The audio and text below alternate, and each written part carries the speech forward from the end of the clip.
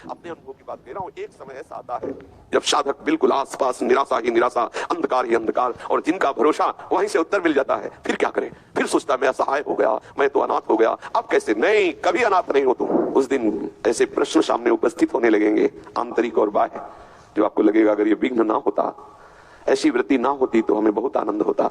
हमारे प्रभु क्या इतने कठोर हैं कि अपने शरणागत को, अपने बच्चे को, अपनी दासी को वो प्रतिकूलता देंगे?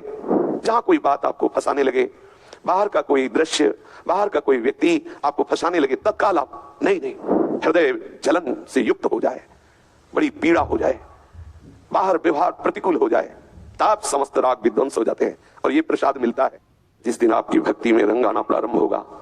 उस दिन ऐसे प्रश्न सामने उपस्थित होने लगेंगे, आंतरिक और बाह्य, जो आपको लगेगा अगर ये विघ्न ना होता, ऐसी वृत्ति ना होती तो हमें बहुत आनंद होता। लेकिन आप चूकिएगा नहीं, वो आपको भूमिका से ऊपर उठाने के लिए आया है। उसे ऐसा ना मान लें कि ऐसी परिस्थिति बदल जाए तो अच्छा होता, ऐसी मांग ना करें। जोई जोई प्यारो करे सोई मोहि भावे।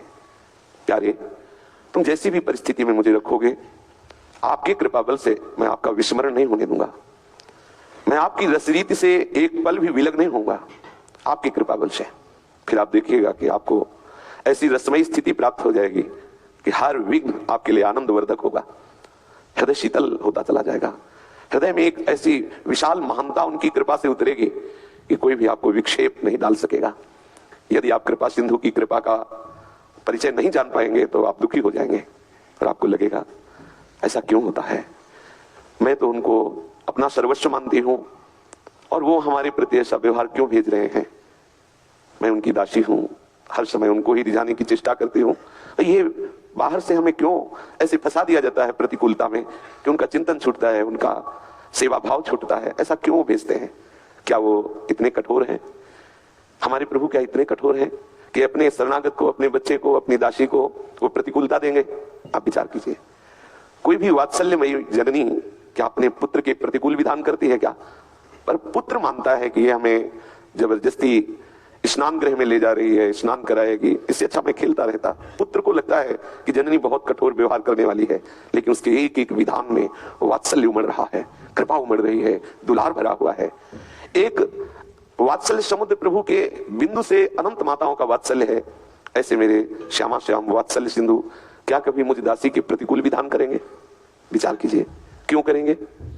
वो हमें क्या दुख देना चाहेंगे? अरे साधारण सिद्धांत शरणागति का है लोक में कि कोई किसी के पैर पकड़ लेता है तो यही सोचता है अब इसको किसी भी तरह कष्ट ना होने पावे। महाराज धर्मात्मा शिवी ने एक कबूतर की शरणागति की रक्षा करने के लिए वो शरण में आया, उस शरणागति धर्म का निर्वाह करने के लिए अपने शरीर का मांस दे दिया। क्या शरणागति का रहस्य हमारे ठाकुर नहीं जानते? क्या हम शरणागतों के प्रति वो ऐसा प्रतिकूल विधान करेंगे? शरीर रोग, बाहर से प्रतिकूलता, आदि आदि आदि, ऐसा कठोर है वो? ऐसा ना समझे। वो हमारे अनंत जन्मों के कर्म संस्कारों को विध्वंस करके गले लगाने के लिए विधान बना रहा है। जितने विधान उसके हैं उनमें बहुत प्यार भरा हुआ है। वो सर्वज्ञ है, सब कुछ जान रहा है, सर्वांतर्यामी तुम्हारे मन में ही बैठा हुआ है, सर्वत्र है, बिल्कुल तुम्हारे समीप, सबसे नजदीक वो है, वात्सल्य समुद्र है, अद्भुत उदार है।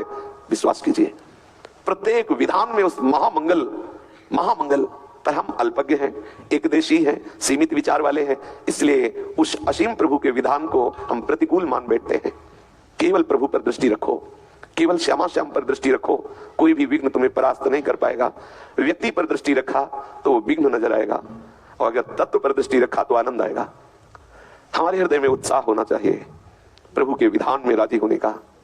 बिल्कुल सच्ची मान लीजिए, यही हम कहीं ना कहीं कमजोर होकर के अन्य चिंतन करने का अवसर दे देते हैं। हमारे पास समय ही नहीं है कि हम किसी के व्यवहार का चिंतन करें, हमारे साथ ऐसा क्यों करता है, उसको ऐसा नहीं करना चाहिए, हमारे पास समय नहीं है। छोड़ दो प्रभु के ऊपर, वही होगा जिससे आपका परम मंगल विधान प्रभु ने रचा है, उसके अलावा हो नहीं सकता। हो यही सोई जो राम रचि राखा, को करी तर्क बढ़ावे शाखा, अब अस कही जपन लगे हरि नामा। यह है विश्राम भूमि, जहां कोई बात आपको फंसाने लगे, बाहर का कोई दृश्य, बाहर का कोई व्यक्ति आपको फंसाने लगे, तत्काल आप नहीं, हरि स्मरण में, प्रिया प्रीतम के स्मरण में इतने तन्मय हो जाओ, वो भूल जाओ। वो आपको केवल प्रश्न भेजा गया है। अगर आप भूल गए उस बात को, आगे बढ़ गए, तो आप ऐसी भूमिका में पहुंचेंगे कि आपको कोई परास्त नहीं कर सकता। विश्वास मानिए, ये जीवन में आपके आएंगे। यदि नहीं आ रहे तो अभी भक्ति उस कोटि की ही नहीं हो रही है।